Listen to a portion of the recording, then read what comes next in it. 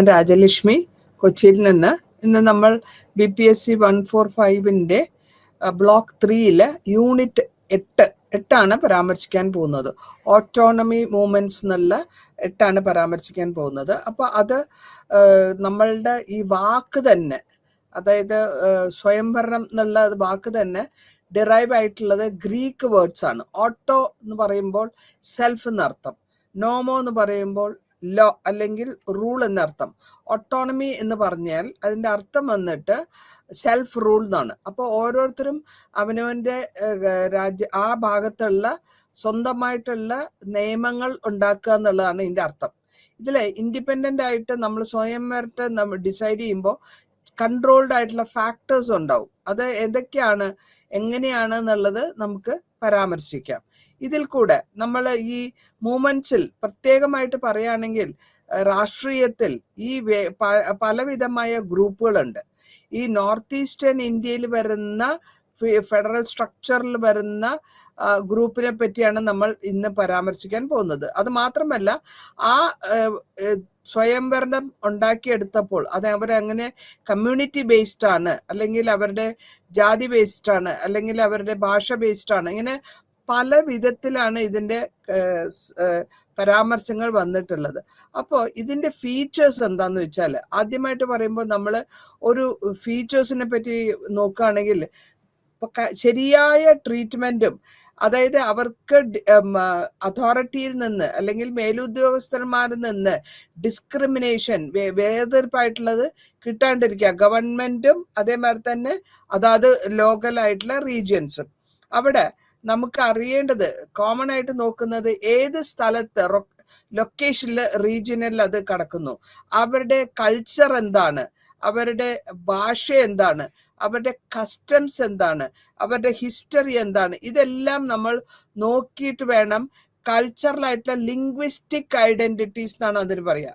അതിനെ അപ്രൂവ് ചെയ്തു വരുമ്പോൾ അവരുടെ ജീവിത മാർഗത്തിൽ സോഷ്യലിയും അല്ലെങ്കിൽ സൊസൈറ്റിയിലും എക്കണോമിക്കല് ധനപരമായിട്ടും അവരുടെ കാര്യങ്ങൾ നമ്മൾ നോക്കും. ഇതിൽ കൂടെ ഇവർ അപ്ലിഫ്റ്റ് ചെയ്ത് കൊണ്ടുവരാൻ വേണ്ടി അവരെ സൊസൈറ്റിയിൽ അല്ലെങ്കിൽ സാമൂഹിക ജീവിതത്തിൽ അവർക്ക് വളരെ വളരെ മോശമായിട്ടുള്ള ലെവലാണെങ്കിൽ അതിനെ നമ്മൾ ഉയർത്തിക്കൊണ്ടുവരാനാണ് നമ്മൾ ഇങ്ങനത്തെ മൂവ്മെന്റ്സ് വഴി ഉദ്ദേശിക്കുന്നത്. അതുമാതിരി അതായത് നമ്മളുടെ സാധാരണമായി സ്റ്റുഡൻസ്, പൊളിറ്റിക്കൽ ആയിട്ടുള്ള രാഷ്ട്രീയ നേതാക്കന്മാര്, സിവിൽ സൊസൈറ്റി എന്ന് പറയുമ്പോൾ നമ്മൾ സാധാരണക്കായ ആൾക്കാർ, സമൂഹം, ഇതെല്ലാം ഒപ്പീനിയന് ഇവരുടെ വിഷമങ്ങൾ അല്ലെങ്കിൽ ഇവരുടെ കഷ്ടതകൾ, ഇവരനുഭവിക്കുന്ന പ്രശ്നങ്ങളെ ഒരുമിച്ച് കൂട്ടായ്മയോടുകൂടി, കളക്റ്റീവ് ആക്ഷൻ നമ്മൾക്ക് വേണമെങ്കിൽ പറയാം, കൂട്ടായ്മയോടുകൂടി ചെയ്യുമ്പോഴാണ് അവർക്ക് കിട്ടേണ്ട ന്യായങ്ങൾ കിട്ടേണ്ട വിധത്തിൽ, കിട്ടേണ്ട സമയത്ത്, അതാണ് ഇവിടെ വളരെ ഇമ്പോർട്ടൻ്റ് ആയിട്ട് നമ്മൾക്ക് പറയാനുള്ളത്. ആ റിസോഴ്സസ്, അവർക്ക് ആവശ്യമുള്ള റിസോഴ്സസ് ഏത് സമയത്താണോ കിട്ടേണ്ടത് അത് കിട്ടണം. അതിപ്പോൾ നമ്മൾ ആ കാലഘട്ടങ്ങളിൽ, അതായത് ബ്രിട്ടീഷിന്റെ കാലഘട്ടത്താണ് ഇത് നമ്മളിങ്ങനെ പരാമർശിച്ചു പോകുന്നത്. മൈഗ്രേഷൻ എന്ന് പറയുമ്പോൾ ഒരു സ്ഥലത്ത് നിന്ന് വേറൊരു സ്ഥലത്തേക്ക് ആൾക്കാർ മാറുക. പിന്നെ ഇവരുടെ ഉദ്ദേശം ഡെവലപ്മെന്റ് ഉണ്ടോ, അല്ലെങ്കിൽ ഇവർക്ക് എത്രത്തോളം വികസനം കിട്ടിയിട്ടുണ്ട്, എത്രത്തോളം ലാംഗ്വേജിൽ, ഭാഷയിൽ വ്യത്യാസമുണ്ട്, എത്രത്തോളം സൊസൈറ്റിയിൽ അവർക്ക് വ്യത്യാസമുണ്ട്, ഇതൊക്കെ അഫക്റ്റ് ആവും. അപ്പോൾ നമ്മൾ ഈ റെപ്രസെന്റേഷൻ അല്ലെങ്കിൽ ഇതിനെപ്പറ്റി പൊളിറ്റിക്കൽ ആയിട്ട് ഇതിനെപ്പറ്റി അല്ലെങ്കിൽ പരാമർശം ചെയ്തു വരുമ്പോൾ രാഷ്ട്രീയമായിട്ട് ഓരോ ഇൻസ്റ്റിറ്റ്യൂഷനും അവരുടേതായ പോളിസികൾ ഫോർമേഷൻ ചെയ്യും. ആ ഫോർമേഷൻ ചെയ്ത് വരുന്ന സമയത്ത് ഈ മേൽപ്പറഞ്ഞ കമ്മ്യൂണിറ്റിയിലുള്ളവർക്ക് പണ്ട് തൊട്ടേ അവർ കെട്ടിയിട്ടുണ്ടോ, അല്ലെങ്കിൽ അവർക്ക് വേണ്ട കാര്യങ്ങൾ, അവരുടെ വിഷമതകൾ സോൾവ് ആയോ, അല്ലെങ്കിൽ പൊളിറ്റിക്കലായിട്ട്, അതായത് നമ്മുടെ രാഷ്ട്രീയമായിട്ടുള്ള ലാംഗ്വേജിൽ പറയുകയാണെങ്കിൽ ഇങ്ങനത്തെ കാര്യങ്ങളൊക്കെ ആയിരിക്കും നമ്മൾ ഇന്ന് ഇവിടെ പരാമർശിച്ചു പോകുന്നത്. അപ്പോൾ നോർത്ത് ഈസ്റ്റിൽ ഇന്ത്യയിൽ, അതായത് നമ്മൾ നേരത്തെ പഠിച്ചിട്ടുള്ളതാണ് ബ്ലോക്ക് 2-ല്, ഇതിൽ നമ്മൾക്ക് അറിയുന്നത് അവരെയൊക്കെ നമ്മൾ കൊണ്ടുവന്നു 6ാമത്തെ ഷെഡ്യൂളിൽ. പിന്നെ സ്പെഷ്യൽ സ്റ്റേറ്റസ് കൊടുത്തു സ്റ്റേറ്റ്സിന് നോർത്ത് ഈസ്റ്റ് ഇന്ത്യയിൽ. അതും നിങ്ങൾക്ക് ഓർമ്മയുണ്ടെങ്കിൽ ഒന്നുകൂടെ വിചാരിക്കുക. Article 371A, 371C, 371F, 371H. പിന്നെ നമ്മൾ നേരത്തെ പറഞ്ഞിരുന്നു ഇന്റർലൈൻ പെർമിറ്റ് എന്നുള്ള ഒരു കാര്യം. ഇത് പരാമർശിച്ചതാണ് നേരത്തെ ക്ലാസ്സുകളിൽ. 4 സ്റ്റേറ്റ്സിൽ, അതായത് ഒരു സ്റ്റേറ്റിൽ നിന്ന് അങ്ങോട്ടും ഇങ്ങോട്ടും പോകാനുള്ളതിന് പെർമിഷൻ എടുക്കുന്നതിനാണ് ഇന്നർ ലൈൻ പെർമിറ്റ് എന്ന് പറയാം. അതായത് അരുണാചൽ പ്രദേശ് 4 സ്റ്റേറ്റ് ആണ് അത്, അവർ പെർമിഷനോടുകൂടി പോവാ. അരുണാചൽ പ്രദേശ്, നാഗാലാൻഡ്, മണിപ്പൂർ ആൻഡ് മിസോറം. പിന്നെ നോർത്ത് കച്ചാർ ഡിസ്ട്രിക്ട് ആസാമിന്റെ. അപ്പൊ ഇവിടെയൊക്കെ അങ്ങോട്ടും ഇങ്ങോട്ടും പോകണമെങ്കിൽ അവർക്ക് പെർമിഷൻ മേടിക്കണം. അപ്പൊ സെൽഫ് ഗവൺമെന്റ് ഉള്ളത് കൊണ്ടും അവരുടെ സ്പിരിറ്റ് അങ്ങനെ വരുമ്പോൾ ആൾക്കാർക്ക് അവരുടെ വിഷമതകൾക്ക് സാറ്റിസ്ഫാക്ഷൻ കിട്ടുന്നുണ്ടോ എന്ന് നമുക്കറിയില്ല. പിന്നെ വർഷങ്ങൾ കഴിഞ്ഞ ശേഷം ഇതിന്റെ ഓരോ ഭാഗത്തിലും, നോർത്ത് ഈസ്റ്റ് ഇന്ത്യയുടെ ഓരോ ഭാഗത്തിലും അവരുടേതായ പോസ്റ്റ് ഇൻഡിപെൻഡൻസ് പീരീഡ് ടൈമിലും യൂണിയൻ ടെറിട്ടറി ഫോർമേഷൻ സ്റ്റേറ്റ് വരുന്നുണ്ട്. അത് കഴിഞ്ഞിട്ട് പിന്നെ പുതിയതായിട്ടുള്ള സ്റ്റേറ്റ് ആയിട്ട് വരുന്നു.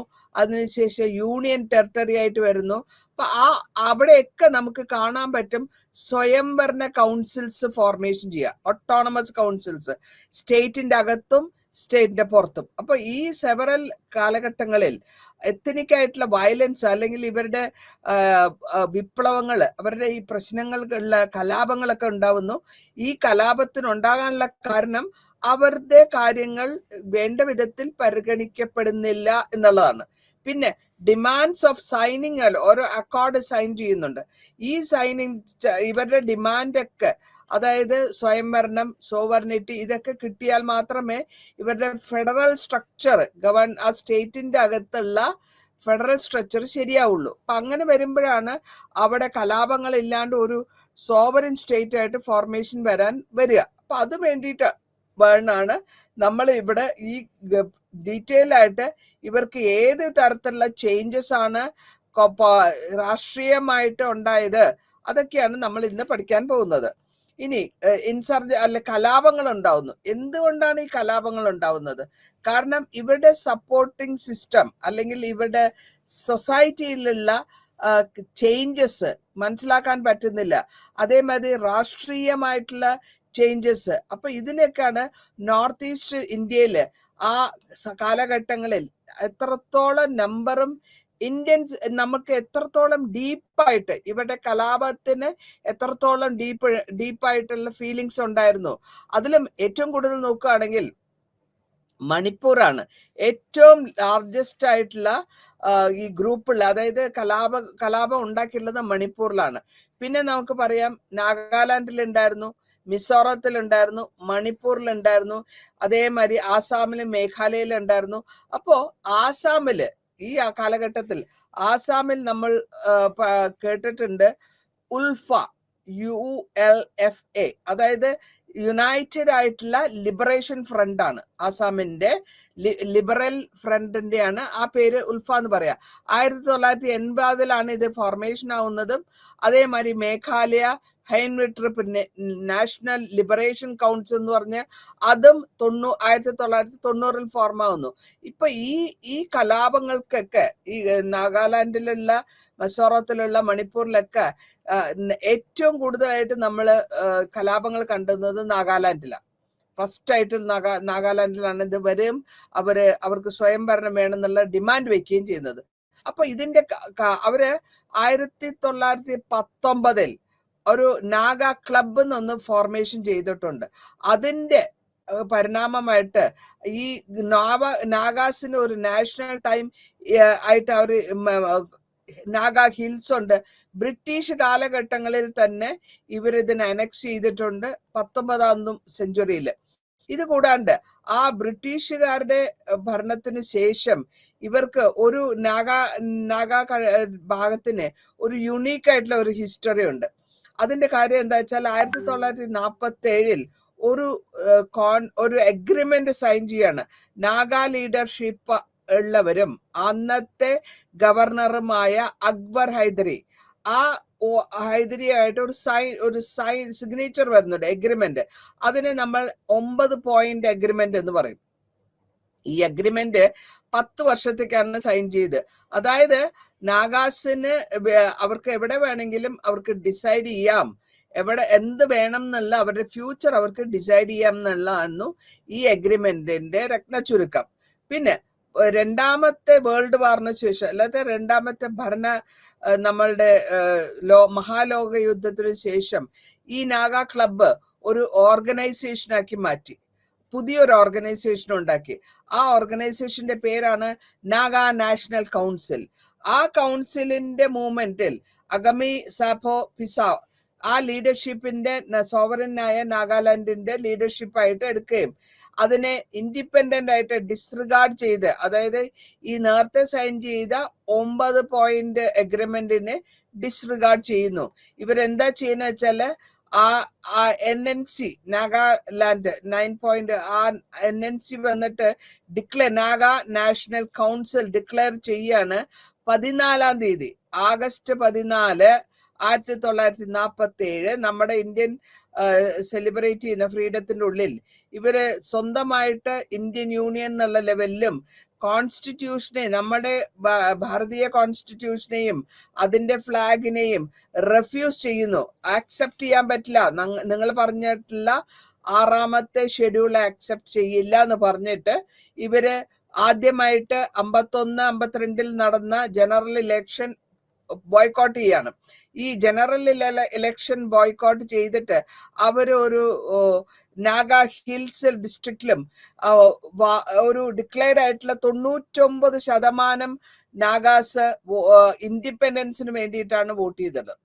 അത് മാത്രമല്ല, ഇന്ത്യൻ ഗവൺമെന്റിനോട് അവർ വേർഡിക്റ്റ് ചോദിക്കുകയും ഇൻഡിപെൻഡൻസ് ആണ് അവർ ഡിമാൻഡ് ചെയ്യുന്നത്. 1956 ഈ നാഗ ഗ്രൂപ്പ് ഒരു പുതിയ ഫെഡറൽ ഗവൺമെന്റ് ഓഫ് നാഗാലാൻഡ് എന്ന് പറഞ്ഞിട്ട് ഇനീഷ്യേറ്റ് ചെയ്തു. അതേമാതിരി കലാപമുണ്ടാക്കി, സ്ട്രഗിൾ ഉണ്ടാക്കി. അതിനുശേഷം അവർ കൺസിഡർ ചെയ്യാൻ പറഞ്ഞു ഈ സ്വാതന്ത്ര്യത്തെ പറ്റി. അപ്പോ ഗവൺമെന്റ് അന്നത്തെ ഗവൺമെന്റ്, ഇന്ത്യൻ ഗവൺമെന്റ് ചില ആക്ട് ഉണ്ടാക്കുകയാണ്.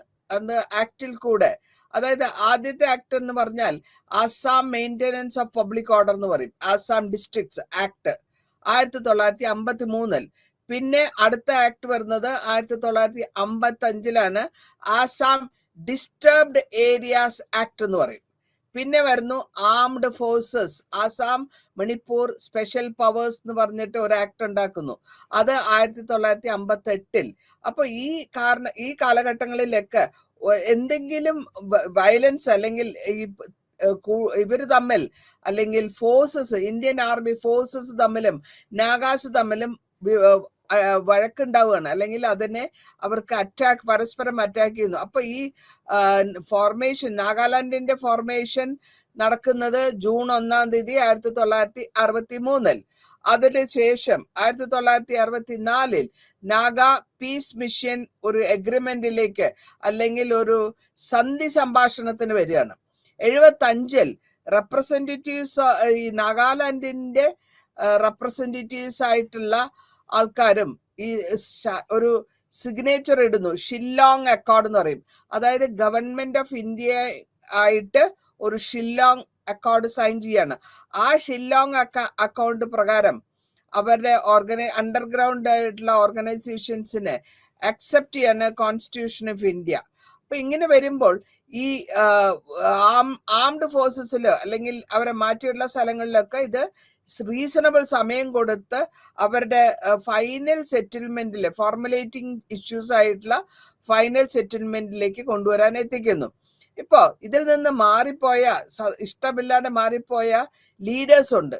അവര് ഐസക് ജോ, മുഹ കപ്ലാങ്, ഇവരൊക്കെ NNCന്റെ ഫിസോ ആണ് ലീഡറായിട്ട് വരുന്നത്. ഇവരുടെ നാഷണൽ കൗൺസിൽ ഓഫ് നാഗാലാൻഡ് 1980 വരുമ്പോൾ അതിന്റെ ഒരു മൂവ്മെന്റ് ആയിട്ട് ഒരു മാറുകയാണ്. ഈ മൂവ്മെന്റിന് 88 ഓർഗനൈസേഷണൽ സ്പ്ലിറ്റ് 2 ഫാക്ഷൻ ആയിട്ട് വരുന്നു.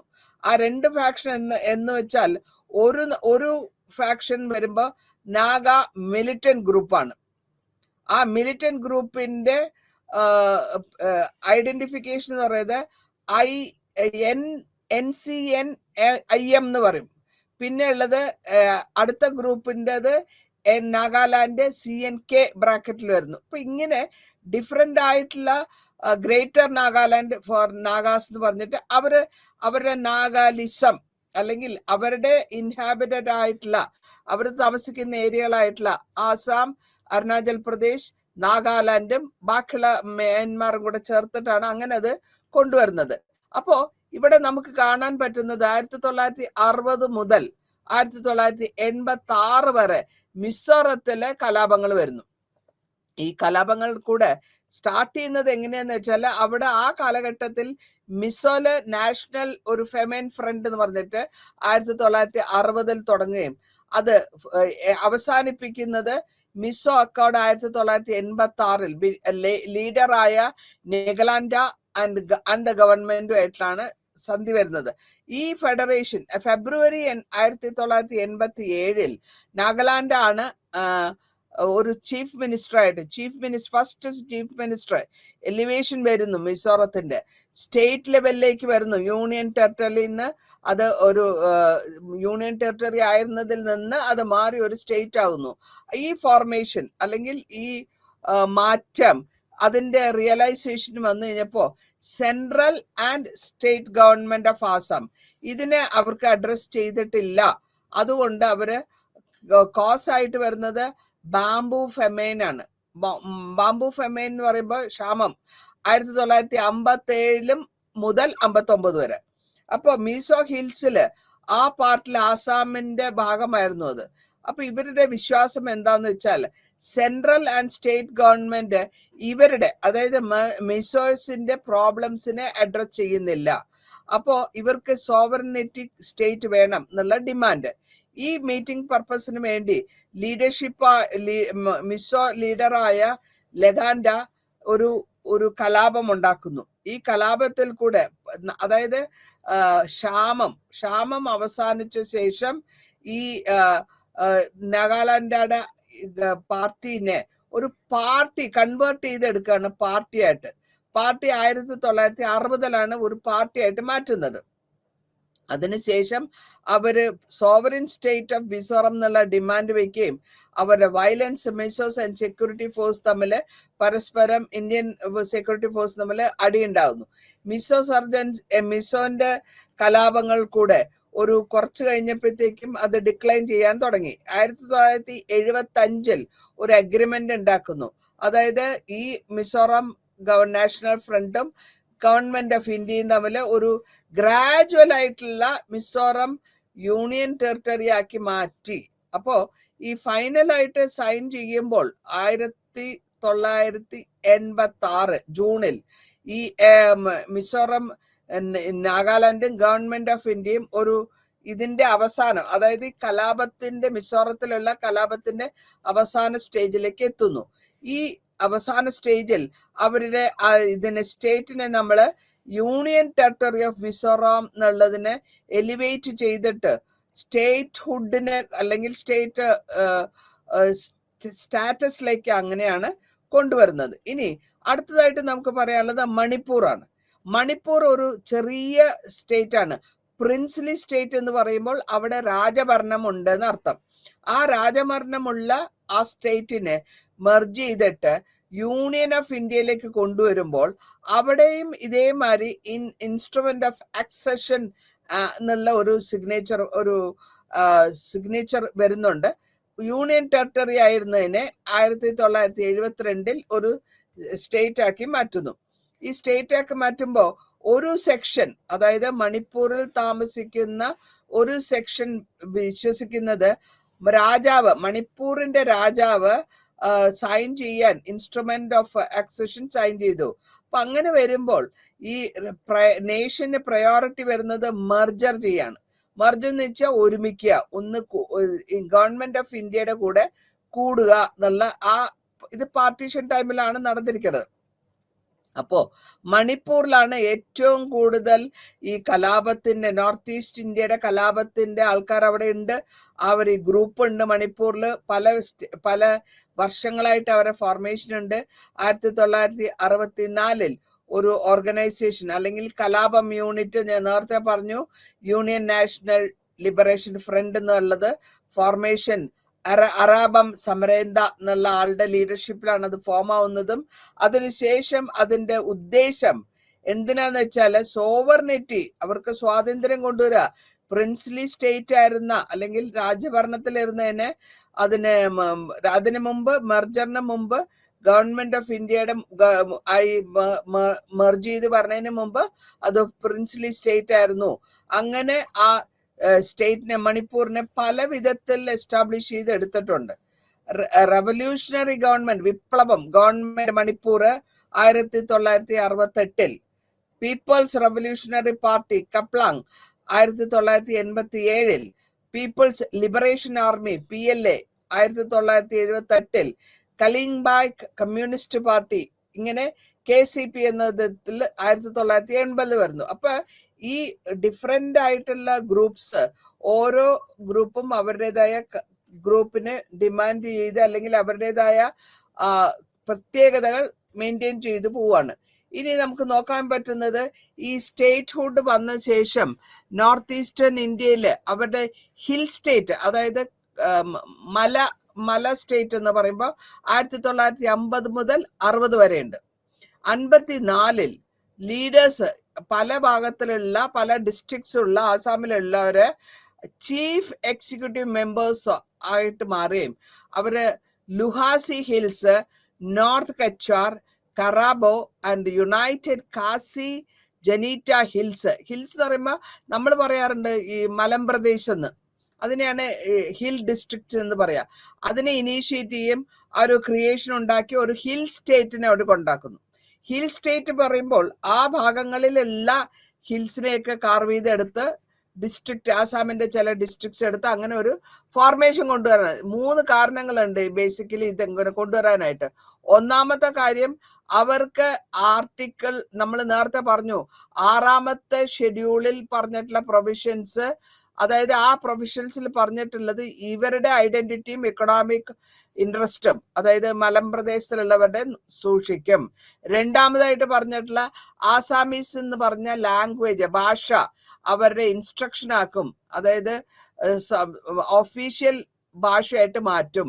അതും വർക്കൗട്ട് ആയില്ല. പിന്നെ അതായത് ആസാമീസ് ഭാഷ സംസാരിക്കാത്ത ആളുടെ ഇടയിലാണ് ഇതിനെ ആസാമീസിനെ ഒരു ഒഫീഷ്യൽ ലാംഗ്വേജ് ആക്കി മാറ്റുക. മൂന്നാമത്തെ കാര്യം, അവരുടെ കൺട്രോള്, ആ മലമ്പ്രദേശത്തുള്ള റിസോഴ്സ്, നാച്ചുറൽ റിസോഴ്സസ് എന്താണോ, കാട്ടിലുള്ള റിസോഴ്സസ് എന്താണോ അത് അവരുടെ കോൺഫ്ലിക്റ്റിൽ അല്ലെങ്കിൽ അവരുടെ കൺട്രോളിൽ വരണം എന്നുള്ള. അപ്പോ 1954 ഈ Assam hills tribal leaders conference നടത്തുകയാണ്. ആ കോൺഫറൻസിൽ കൂടെ 46 ഡെലിഗേറ്റ്സ് ആണ് മിസോ ഹിൽസിൽ നിന്ന് അറ്റൻഡ് ചെയ്യുന്നത്. ഇതിനുശേഷം ഈ കോൺഫറൻസിൽ ഓട്ടോണമസ് ഡിസ്ട്രിക്റ്റിനെയും സ്റ്റേറ്റിന്റെ റീഓർഗനൈസേഷൻ കമ്മീഷനും ഉണ്ടാക്കിയത്. ഇതിന്റെ ഈ SRC എന്ന് പറയും, സ്റ്റേറ്റ് റെക്കഗ്നേഷൻ കമ്മീഷൻ, ഈ ഡിമാൻഡിനെ റിജക്ട് ചെയ്യുന്നു. ആ ഡിമാൻഡിന്റെ സെപ്പറേറ്റ് സ്റ്റേറ്റ് എന്നുള്ളത് കാസി ആൻഡ് ജനീറ്റ ഹിൽസിൽ മാത്രമായിട്ടുള്ള ഒരു സ്റ്റേറ്റ് ആണ്, അത് ആസാമിൽ നിന്ന് എടുത്താണെന്നാണ് അവർ പറയുന്നത്. ദ ഗവൺമെന്റ് അപ്പോയിന്റ് ചെയ്ത പട്സാക്കർ എന്നുള്ള കമ്മീഷൻ ഇതിനെ പറ്റി പഠിക്കാൻ വേണ്ടി വരികയും അതിനുശേഷം ആ കമ്മീഷൻ ഒരു ന്യൂ സ്റ്റേറ്റ് ഉണ്ടാക്കണ്ട എന്നുള്ള അഭിപ്രായമാണ് വരുന്നത്. അവരുടെ കമ്മീഷന്റെ റെക്കമെൻഡേഷൻ അങ്ങനെയാ വരുന്നത്, ന്യൂ സ്റ്റേറ്റ് വേണ്ട, പക്ഷെ ആ സ്റ്റേറ്റിന്റെ അകത്ത് തന്നെ, അതായത് ആസാം സ്റ്റേറ്റിന്റെ അകത്ത് തന്നെ ചില ഭാഗങ്ങൾ കൂട്ടിക്കൂട്ടി അല്ലെങ്കിൽ കണക്ട് ചെയ്ത് അങ്ങനെ ഒരു സ്റ്റേറ്റ് ആക്കാന്നുള്ളതായിരുന്നു വരുന്നത്. അങ്ങനെയാണ് ദ സ്റ്റേറ്റ് ഓഫ് മേഘാലയ ഉണ്ടായത്. സ്റ്റേറ്റിന്റെ അകത്ത്, അതായത് ആസാം സ്റ്റേറ്റിന്റെ അകത്ത് തന്നെ മേഘാലയ എന്ന് പറഞ്ഞ സ്റ്റേറ്റ് ഉണ്ടാവുന്നു. അതും 1971 72 അതിനെ state separate state from Assam എന്നുള്ള ലെവലിലാണ് അത് ട്രീറ്റ് ചെയ്യാൻ തുടങ്ങുന്നത്. പിന്നെ മേഘാലയ ക്രിയേഷൻ കഴിഞ്ഞ ശേഷം 22ാമത്തെ ആസാം റീഓർഗനൈസേഷൻ ആക്ട് പാസ്സാകുന്നു 1969. പിന്നെ നമുക്ക് കാണാൻ പറ്റുന്നത് 1972 മേഘാലയ എന്ന് പറഞ്ഞ ആ ഭാഗം സെപ്പറേറ്റ് ആയിട്ടുള്ള ആസാമിന്റെയും രണ്ട് യൂണിയൻ ടെറിട്ടറി, അതായത് 2 യൂണിയൻ ടെറിട്ടറി എന്ന് പറയുമ്പോൾ മണിപ്പൂർ ആൻഡ് ത്രിപുര, അവരും സ്റ്റേറ്റ്സ് ആവുന്നു. പിന്നെ നമുക്ക് കാണാൻ പറ്റുന്നത് നോർത്ത് ഈസ്റ്റ് ഫ്രോണ്ടിയർ ട്രാക്ട് എന്ന് പറയും, അതായത് NEPT, അരുണാചൽ പ്രദേശിലെ ആ ഭാഗം എലോങ് അതിന്റെ മിസോറവും അതിന്റെ യൂണിയൻ ടെറിട്ടറീസും അവരും 1987 അവര് സംസ്ഥാനമായി മാറുകയാണ്, സ്റ്റേറ്റ്സ് ആയിട്ട് മാറുന്നു. ഇനി നമ്മൾ പരാമർശിക്കാൻ പോകുന്നത് ബൂഡോ മൂവ്മെന്റിനെ പറ്റിയാണ്. ആ ബൂഡോ മൂവ്മെന്റ് എന്ന് പറയുമ്പോൾ ഇവര് ഒരു പ്ലെയിൻ ട്രൈബാണ്, ആസാമിലെ താമസിക്കുന്ന അവരൊരു ട്രൈബാണ്. കൊക്രാസാർ, ബക്സ, ചിറാങ്, ഉഡലാഷ് ഡിസ്ട്രിക്ട്, ഇവരാണ് ബോഡോസ് എന്ന് പറഞ്ഞ ഓട്ടോണമി ആയിട്ടുള്ള ഗവൺമെന്റ്, ബ്രിട്ടീഷ് ഗവൺമെന്റിന്റെ സമയത്ത് തൊട്ട് അവർ പറയുന്നുണ്ട്. ഇതിന്റെ പരാമർശത്തിൽ പറയുമ്പോൾ 70% ട്രൈബൽ പോപ്പുലേഷൻ, അതായത് ആദിവാസികളാണ്, ആസാമിന്റെ ആദിവാസികളാണ് 70%. അത് മാത്രമല്ല നോർത്ത് ഈസ്റ്റേൺ സ്റ്റേറ്റ് തുടങ്ങുമ്പോൾ നാഗാലാൻഡ്, ത്രിപുര, മേഘാലയ, അരുണാചൽ വരുമ്പോഴും ഈ ബോഡോസ് പറയുന്നത് അവർക്ക് വളരെതായ കഷ്ടങ്ങൾ അനുഭവിച്ചിട്ടുണ്ട്. ആസാമിസിന്റെ കമ്മ്യൂണിറ്റിയിൽ നിന്ന് അവർ കഷ്ടങ്ങൾ അനുഭവിച്ചിട്ടുണ്ട്. റിസോഴ്സസ് കിട്ടിയിട്ടില്ല, ലാൻഡും ഇലക്ട്രൽ റെപ്രസെന്റേഷൻ കിട്ടിയിട്ടില്ല. അങ്ങനെ ഈ സഫറിങ്സിനെ കണ്ടിന്യൂ ചെയ്ത് വർഷങ്ങളോളം, യുഗങ്ങളോളം അവര് അനുഭവിച്ചിട്ടുണ്ട് എന്നുള്ളതാണ് അവർ പറയുന്നത്. ബ്രഹ്മപുത്ര വാലിയിൽ ഒറിജിനലായിട്ട് താമസിച്ചിരുന്നവരാണ് ഇവർ എന്നാണ് അവരുടെ വാദം. ഈ പെർസെപ്ഷനിൽ പുതിയതായിട്ടും എക്സ്പ്ലോയിറ്റേഷൻ വളരെ കാര്യമായിട്ട് അവരെ ചൂഷണം ചെയ്യപ്പെട്ടു ബോഡോ മൂവ്മെന്റിൽ. അത് അവസാനം അത് ഒരു മിലിറ്റന്റ് മൂവ്മെന്റ് ആയിട്ട് മാറി, അല്ലെങ്കിൽ ഒരു വിപ്ലവം എന്നുള്ള ലെവലിൽ നിന്ന് മാറി അത് കുറച്ചുകൂടെ വയലന്റ് ആകുകയാണ്. ഈ ബോഡോ ഓട്ടോണമി എന്ന് പറയുന്നത് നമ്മളുടെ ബ്രിട്ടീഷിന്റെ കാലഘട്ടത്തിൽ തന്നെ നമുക്ക് തിരിച്ചറിയാൻ പറ്റും.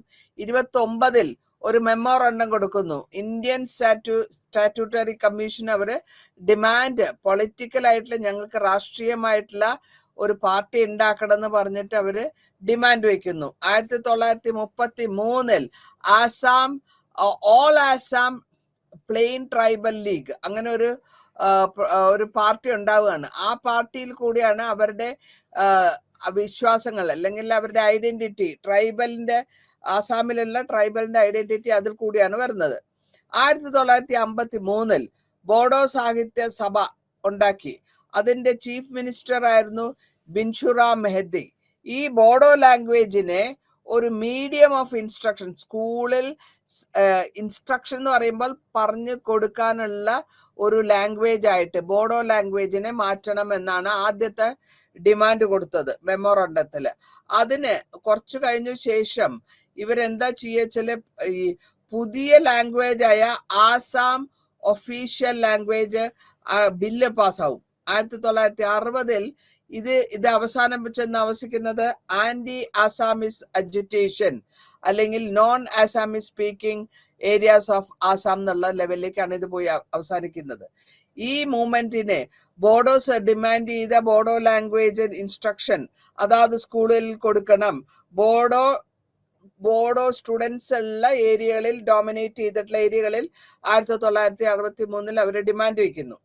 67 ബോഡോസിന്റെ ഡിമാൻഡ് പ്രകാരം ഒരു സ്റ്റേറ്റ് ആയിട്ട് മാറുകയും അല്ലെങ്കിൽ യൂണിയൻ ടെറിട്ടറി ഉഡാഞ്ചൽ എന്ന് പറയും. ഇപ്പൊ ഈ ഉഡാഞ്ചലിൽ നമുക്ക് കാണാൻ പറ്റുന്നത് ഒരു ഡിമാൻഡാണ്, അതായത് സ്റ്റേറ്റ് തന്നെ വേണം, within the state of Assam വേറൊരു സ്റ്റേറ്റ് വേണം എന്നുള്ള ഡിമാൻഡാണ് നമ്മൾ കാണുന്നത്. ഈ ഡിമാൻഡിനെ Nagaland, state of creation of Nagaland 63 അതിനുശേഷം മലമ്പ്രദേശം, ഹിൽ സ്റ്റേറ്റ്സ് വരുന്നു. ഹില്ലായ, അതായത് കുന്നുകൾ മാത്രമുള്ള ഒരു സ്റ്റേറ്റ് എന്നർത്ഥം ഹിൽ സ്റ്റേറ്റ് എന്ന് പറയുമ്പോൾ 1950 മുതൽ 1960 വരെയാണ് വരുന്നത്. അപ്പൊ ഈ ബോഡോസിന്റെ പുതിയ സംസ്ഥാനം അത് കണ്ടെയ്ൻ ചെയ്ത് ഒരുമിച്ച് കൊണ്ടുവരാനാണ് അവരുടെ പുറപ്പാട്. ഇതില് ഇവര് സ്വയംഭരണ മൂവ്മെന്റ് എന്നുള്ള ലെവലിൽ അതിനെ പിക്കപ്പ് ചെയ്തെടുത്തു. ആസാം മൂവ്മെന്റ് എന്നുള്ള ലെവലിൽ അതിനെ വിദേശികളോടുള്ള എതിർപ്പ് എന്നുള്ള ലെവലിൽ 1979 മുതൽ 85 വരെ അങ്ങനെയാണ് കൊണ്ടുവന്നതും. അതേമാതിരി ആസാം അക്കോർഡ് എന്ന് പറഞ്ഞിട്ട് അവര് സിഗ്നേച്ചർ ചെയ്യുന്നത് 1985-ലാണ്. ഈ ലീഡേഴ്സ്, ആസാം മൂവ്മെന്റ് ലീഡേഴ്സും സെൻട്രൽ ഗവൺമെന്റ് ഓഫ് ആസാം സ്റ്റേറ്റും കൂടിയാണ് ഇത് നടത്തുന്നത്. ബോഡോസിന്റെ ആദ്യം ആസാം മൂവ്മെന്റിൽ പാർട്ടിസിപ്പേറ്റ് ചെയ്ത ബോഡോസ് ക്ലോസ് 6, ആസാം അക്കോർഡിന്റെ ക്ലോസ് 6, അവിടെ അവർ പറഞ്ഞത് അവരുടെ കൾച്ചറൽ ആൻഡ് ഇക്കണോമിക് ഇൻട്രസ്റ്റിനെ നെഗ്ലക്ട് ചെയ്തിട്ടുണ്ട്, പരാമർശിച്ചിട്ടില്ല. അപ്പൊ അങ്ങനെ വരുമ്പോൾ ഇവരുടെ മെർജിങ് ഒരു അസാമീസ് ഐഡന്റിറ്റിയിലാണ് വരുന്നത്. ഈ പ്രൊവിഷനെ ഇവര് അക്കോർഡിൽ കൊണ്ടുവന്ന് കുറച്ചു കാലം അസാം അക്കോർഡിൽ കൊണ്ടുവന്ന് സ്റ്റേറ്റിന്റെ ഓഫീഷ്യൽ ലാംഗ്വേജ്, സ്റ്റേറ്റിന്റെ അല്ലെങ്കിൽ സംസ്ഥാനത്തിന്റെ ലാംഗ്വേജ്, ഇപ്പൊ നമ്മുടെ നാട്ടില് കേരളത്തില് മലയാളമാണ് ഒഫീഷ്യൽ ലാംഗ്വേജ് എന്നുള്ള ലെവലിൽ, അതേമാതിരി ആസാമില് അവരുടെ ലാംഗ്വേജ് സ്റ്റേറ്റ് സംസ്ഥാനത്തിന്റെ ഒഫീഷ്യൽ ലാംഗ്വേജ് ആയിട്ട് ബോഡോസ് വേണം എന്നുള്ള ഒരു ഡിമാൻഡാണ് വരുന്നത്. അപ്പൊ ഇതിൽ കൂടെ ബോഡോ സാഹിത്യ സഭ, അതേമാതിരി ഓൾ ബോഡോ സ്റ്റുഡൻസ് യൂണിയൻ, ഇതിന്റെ ലീഡറാണ് ഉപേന്ദ്ര നാഥ് ബർമ.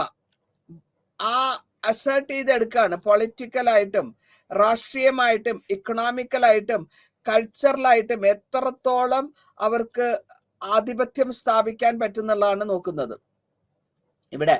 പിന്നെ നമുക്ക് കാണാൻ പറ്റുന്നത് ഈ പോസ്റ്റ് ആയിട്ടുള്ള ആസാം അക്കോർഡിന്റെ കൂടെ തന്നെ ഒരു formation of Bodo security force. ഈ ബോഡോ സെക്യൂരിറ്റി ഫോഴ്സിനെ നമ്മൾ ലേറ്റർ ഓൺ മാറ്റിയാണ് National Democratic Front of Bodoland എന്ന് റീനെയിം, പുതിയതായിട്ട് ഒരു പേര് മാറ്റം ചെയ്യുന്നു. അതിൽ കൂടെ അവിടെ നമുക്ക് 2 സ്പ്ലിറ്റ് അവിടെ കാണാൻ പറ്റും. ആ സ്പ്ലിറ്റ് എന്താന്ന് വെച്ചാൽ, ഒന്ന് ബോഡോലാൻഡ് ലിബറേഷൻ ട്രൈബൽ ഫോഴ്സ്, അത് ഫോർമേഷൻ 1995-ലാണ്. പിന്നെ അടുത്തതായിട്ട് വരുന്നത് നമുക്ക് ഈ BLTF-ഉം NDF-ഉം തമ്മിൽ റൈവലറി വരെയും വളരെ കാര്യമായിട്ടുള്ള ക്ലാഷുകൾ ഉണ്ടാവുകയും അവർ പലരെയും പരസ്പരം അങ്ങോട്ടും ഇങ്ങോട്ടുമുള്ള മെമ്പേഴ്സിനെ അവർക്ക് പരസ്പരം സ്പ്ലിറ്റ് ആവുകയും ചെയ്യുന്നു. ഈ സ്പ്ലിറ്റിനെ ലീഡ് ചെയ്ത് വരുന്നത് ഒരു ABSU എന്നാണ്. ഈ ABSU Assam Bodo student union എത്തനിക്കായിട്ട് അവർ പറയുമ്പോൾ അവർ ഡിഫറെന്റ് ട്രൈബാണ്, എൻറ്റയർലി ഡിഫറെന്റ് ട്രൈബാണ്. സാഹിബ് ബറൂഹ അതിൽ പരാമർശിച്ചിട്ടുണ്ട്. ആസാം സ്റ്റുഡന്റ് യൂണിയന്റെ 92% ചാർട്ടറിൽ പറഞ്ഞ് പ്രത്യേകമായിട്ടുള്ള അവരുടെ ഡിമാൻഡ്സിനെ പറ്റി എടുത്തു പറഞ്ഞിട്ടുണ്ട്. അതില് ക്ലാസിഫൈ ചെയ്തിട്ടുള്ള എന്താ വെച്ചാൽ 3 കാറ്റഗറി ആയിട്ടാണ് ക്ലാസിഫൈ ചെയ്തിരിക്കുന്നത്. ഒന്ന് cultural and linguistic, 2 economic and residual demands. ഈ ചാർട്ട് തന്നെയാണ് അവര് പരാമർശിച്ചു കൊണ്ടുവന്ന് ബോഡോസ് മൊബിലൈസേഷൻ കൊണ്ടുവരാണ് അവരുടെ ആർമീനെ. ഞങ്ങളുടെ സ്ഥലം ബോഡോസ് ഞങ്ങൾക്ക് വേണം, ബോഡോ ലാൻഡ്, ഹോം ലാൻഡ് ബോഡോസിന് വേണം എന്നുള്ള ഡിമാൻഡാണ് വരുന്നത്. മൂന്നാമത്തെ ഈ അക്കോർഡിൽ സൈൻ ചെയ്തപ്പോൾ ഗവൺമെന്റ് ഓഫ് ഇന്ത്യയും ആസാം ഗവൺമെന്റും 1993, 2003, 2020 അപ്പൊ ഇങ്ങനെ ഒരു സിഗ്നേച്ചർ വരികയാണ് ഈ ബോഡോ അക്കോർഡില്. ഈ ബോഡോ അക്കോർഡ് വഴി അവർ സൈൻ ചെയ്യുന്നത് ഫെബ്രുവരി 20 1923. ഇതിനു ശേഷം ഒരു council, Bodoland autonomous district council വരുന്നു. അതിൽ കൂടെ അവരുടെ ബോഡോ ആൾക്കാർ കൂടുതൽ ഡോമിനേറ്റ് ചെയ്യുന്ന ഏരിയയിലാണ് അത്, ആ ജൂറിസ്ഡിക്ഷനിലേക്കാണ് അത് കൊണ്ടുവരുന്നത്. ഇതിന്റെ ഇലക്ഷൻസിലും ബോഡോ ലീഡർഷിപ്പിനെ ആക്സെപ്റ്റ് ചെയ്യുന്നില്ല എന്ന് പറയുന്നു. അപ്പൊ ഈ അക്കോർഡ് നമുക്ക് സാറ്റിസ്ഫൈ ആവുന്നില്ല എന്നുള്ള അവർക്ക് പരാമർശം വരികയും ഇന്റേണൽ കോൺഫ്ലിക്റ്റ് ലീഡർഷിപ്പിനും ബോഡോ ലീഡർഷിപ്പിനും ബാക്കിയുള്ളവർക്കും നമ്മൾ അണ്ടർഗ്രൗണ്ട് ലെവലിൽ ഇന്റേണൽ കോൺഫ്ലിക്റ്റ് വരികയാണ്. ഇന്റേണൽ കോൺഫ്ലിക്റ്റ് വരുമ്പോൾ അജിറ്റേഷൻ ആവുന്നു, ഓർഗനൈസേഷൻ ബന്ദൊക്കെ ഉണ്ടാക്കുന്നു, ഫാസ്റ്റ് ആയിട്ട് റോഡ് ബ്ലോക്ക് ചെയ്യുന്നു, എക്സോഷൻ ഉണ്ടാകുന്നു, കിഡ്നാപ്പ് ചെയ്യുന്നു, ആംബുഷ് ചെയ്യുന്നു. അപ്പൊ അങ്ങനെ 2003 രണ്ടാമത്തെ ബോഡോ അക്കോർഡ് സൈൻ ചെയ്യാണ്. അത് ആരൊക്കെയാന്ന് വെച്ചാൽ BLT-യും ബോഡോ നേരത്തെ പറഞ്ഞമാതിരി ബോഡോ ലിബറൽ ഓർഗനൈസേഷനും സെൻട്രൽ ഗവൺമെന്റും ഗവൺമെന്റ് ഓഫ് ആസാമും തമ്മിൽ ഇതിന്റെ ഔട്ട്കം, ഇതിന്റെ പരിണാമം എന്താന്ന് വെച്ചാല് ഈ അക്കോർഡിൽ പ്രകാരം ക്രിയേഷൻ പുതുതായിട്ട് ബോഡോലാൻഡ് ടെറിട്ടോറിയൽ കൗൺസിൽ ഉണ്ടാക്കുന്നു. അതിന്റെ കൂടെ ഈ 4 ഡിസ്ട്രിക്ട്സ് കൊറക്ജാർ, ബക്സ, ചിറാങ് ആൻഡ് ഉദൽഗുരി അതിനെ ഈ ജൂറിസ്ഡിക്ഷനിലേക്ക് കൊണ്ടുവരികയാണ് ചെയ്യുന്നത്. ഈ ഇതിന്റെ സ്റ്റേറ്റിന്റെ സെക്കൻഡ് ബോർഡോ അക്കൗണ്ടും അതേമാതിരി സ്ട്രഗിളിലായിട്ടുള്ള സോവറിൻ സ്റ്റേറ്റിനും കൊണ്ടുവരുന്നു. ഇനി നമുക്ക് കാണാം 2020 വളരെ റീസെന്റ് ആണെന്ന് പറയാം, ബോഡോ അക്കോർഡ് പിന്നെ മൂന്നാമത്തത് സൈൻ ചെയ്തു. മൂന്നാമത്തത് സൈൻ ചെയ്തത് ഗവൺമെന്റ് ഓഫ് ഇന്ത്യ കൂടെയാണ്. അപ്പോൾ ഗവൺമെന്റ് ഓഫ് ആസാം, ബോഡോ ഓർഗനൈസേഷൻസും ഇതിന് മൂന്നാണ് വരുന്നത്. ഇതിൽ കൂടെ പുതിയതായിട്ടുള്ള പവർ ഷെയറിങ്, അതായത് നമുക്കുള്ള അധികാരം ഷെയർ ചെയ്യാണ് പവർ ഷെയറിങ് എന്ന് പറയാം. 6ാമത്തെ ഷെഡ്യൂൾ, ഇന്ത്യൻ കോൺസ്റ്റിറ്റ്യൂഷന്റെ 6ാമത്തെ ഷെഡ്യൂളിൽ അല്ലെങ്കിൽ ഭരണഘടനയുടെ 6ാമത്തെ ഷെഡ്യൂളിൽ അത് പരാമർശിക്കുന്നുണ്ട്. ഈ സൈൻ ചെയ്ത ബോഡോയിൽ ഓൾ ബോഡോ സ്റ്റുഡൻസ് എന്നാണ് പറയാ. അപ്പൊ സ്റ്റുഡൻസ് യൂണിയൻ ABSU, പിന്നെ the united Bodo people's organisation UBPO, പിന്നെ ബാക്കിയുള്ള 4 ഫാക്ഷൻസ് നാഗാലാൻഡിന്റെ FBA. ഇപ്പൊ ഈ അക്കൗണ്ട് പ്രകാരം അല്ലെങ്കിൽ ഈ അക്കോർഡ് പ്രകാരം എക്സ്പാൻഷൻ, അവരുടെ ടെറിട്ടറി എക്സ്പാൻഷൻ കിട്ടുകയും അതേമാതിരി ഡിപ്പെൻഡ് ചെയ്യുന്നില്ല സ്റ്റേറ്റ് BTC അവര് ബോഡോ ഇതിലെ സ്റ്റേറ്റ് ഗവൺമെന്റിന്റെ അടുത്ത് ഫണ്ടിന് വേണ്ടി ഡിമാൻഡ് അല്ലെങ്കിൽ വെയിറ്റ് ചെയ്യേണ്ട അല്ലെങ്കിൽ ഡിപ്പെൻഡ് ചെയ്യേണ്ട എന്നുള്ളതാണ് വരുന്നത്. ഇതിന്റെ കൂടെ ഡെപ്യൂട്ടി കമ്മീഷണേഴ്സ് അപ്പോയിന്റ് ചെയ്യുന്നു, സൂപ്രണ്ട് ഓഫ് പോലീസിനെ അപ്പോയിന്റ് ചെയ്യുന്നു. ഹോം ആൻഡ് പോലീസ് ഡിപ്പാർട്ട്മെന്റ് അത് മാത്രം, ഹോമും പോലീസ് ഡിപ്പാർട്ട്മെന്റും മാത്രം അവിടുത്തെ സ്റ്റേറ്റ് ഗവൺമെന്റിന്റെ കൂടെ, അതായത് സംസ്ഥാന ഗവൺമെന്റിന്റെ കൺട്രോളിൽ ഇരിക്കുന്നു. ഇനി നമുക്ക് കാണാൻ പറ്റുന്നത് എന്താ വെച്ചാൽ ഇങ്ങനെ ഓരോ ഓട്ടോണമി മൂവ്മെന്റ്സ് കൂടെ വന്നിട്ട് അവര് കാരിബാസ്, ദമാസ, ഹിൽ ട്രൈബിൽ ഉള്ളവരെയൊക്കെ കൺട്രോളിൽ കൊണ്ടുപോവാണ് ആസാമില്. ഇതിനു ശേഷം നമുക്ക് പല വിധത്തിലുള്ള പ്രൊട്ടക്ഷൻ 6ാമത്തെ ഷെഡ്യൂളിൽ കൂടെ പ്രൊട്ടക്ഷൻ കിട്ടാത്തതൊക്കെ കിട്ടാൻ വേണ്ടി അവരെ അഡ്രസ് ചെയ്യുന്നു. അതിനുശേഷം ഇപ്പോൾ ഉള്ള ഫെഡറൽ സ്ട്രക്ചറിൽ കൂടെ നോക്കുന്നു. ഓട്ടോണമസ് അല്ലെങ്കിൽ സ്വയംഭരണ കൗൺസിൽസ് ഒരു സ്റ്റേറ്റിന് ഉണ്ടാക്കുകയും അതിൽ കൂടെ അവര് സ്റ്റേറ്റിന്റെ സൈൻ ചെയ്ത് മെമ്മോറാണ്ടം 3 ട്രിപ്പാർട്ടി മെമ്മോറാണ്ടം സൈൻ ചെയ്തു. ഈ ഗവൺമെന്റ് ഇന്ത്യ ഗവൺമെന്റും ആസാം ഗവൺമെന്റും കാർബി ദമാസ എന്ന് പറഞ്ഞ കലാപ ഗ്രൂപ്പുകളും എല്ലാം 4-ാം തീയതി സെപ്റ്റംബർ 4-ാം തീയതി 2021 സൈൻ ചെയ്യുകയും അതിന്റെ പരിണാമമായിട്ട് ബറാക് വാലി എന്ന് പറയുന്ന ഡിമാൻഡ് 1800 ഒരു ഡിമാൻഡ് ഉണ്ട്. ആ ഡിമാൻഡിൽ കൂടെ അവർ ചോദിക്കുന്നത് ബംഗാളീസ് ക്രിയേഷൻ സ്റ്റേറ്റ് വേണം, അതേമാതിരി യൂണിയൻ ടെറിട്ടറി വേണം, ബംഗാളി ആയിട്ടുള്ള സബ്സ്റ്റാൻഷ്യൽ പ്രോപ്പർട്ടീസിന് അവർക്ക് വേണം എന്നാണ് അത് പറയുന്നത്. ഇതോടുകൂടെ ഈ ചാപ്റ്റർ ഇവിടെ 8ാമത്തെ ചാപ്റ്റർ അവസാനിക്കുകയാണ്. ഞാൻ ഇനി അടുത്ത് പറയാൻ പോകുന്നത് 9ാമത്തെ യൂണിറ്റ് ആണ്. എത്നിസിറ്റിയും അവരുടെ പൊളിറ്റിക്കൽ ആയിട്ടുള്ള റെക്കഗ്നേഷൻ, ഏത് വിധത്തിൽ അവരെ പൊളിറ്റിക്കലി അവർ പാർട്ടിയായിട്ട് മാറുന്നതാണെന്നാണ് നമ്മൾ പറയാൻ പോകുന്നത്. അപ്പോൾ ജനറൽ ആയിട്ടുള്ള ഒപ്പീനിയൻസ് അല്ല നെഗ്ലക്ട് ചെയ്തിട്ടാണ് ഈ പോളിസീസ് ഒക്കെ ഫോർമേഷൻ ഉണ്ടായത്. അത് മാത്രമല്ല അതിൽ കൂടെ നാച്ചുറൽ റിസോഴ്സസിനെ അവരെ എങ്ങനെ എക്സ്പ്ലോയിറ്റ് ചെയ്യണം, അതേമാതിരി ലിമിറ്റഡ് ആയിട്ടുള്ള എക്കണോമിക് ഓപ്പർച്യൂണിറ്റീസ് ആണ് അവർക്ക് വികസനത്തിന് കിട്ടിയിട്ടുള്ളത്. അപ്പൊ ഈ പെർസെപ്ഷനിൽ നമ്മൾ നോക്കുമ്പോൾ ഈ എല്ലാമായ ലിമിറ്റഡ് ആയിട്ട് വരുമ്പോൾ അതിന്റെ കൾച്ചറൽ ഐഡന്റിറ്റിയും സാമൂഹ്യമായിട്ടുള്ള ഐഡന്റിറ്റിയും എക്കണോമിക്കലായിട്ട് അവർക്ക് ഡിസഡ്വാൻറ്റേജ് ആണ് വരുന്നത്. പൊളിറ്റിക്കലി അല്ലെങ്കിൽ രാഷ്ട്രീയമായിട്ട് എക്സ്ക്ലൂഷൻ ആണ് അവർ വരുന്നത്, ഈ ഇതിൽ അനുഭവപ്പെടുന്നത്.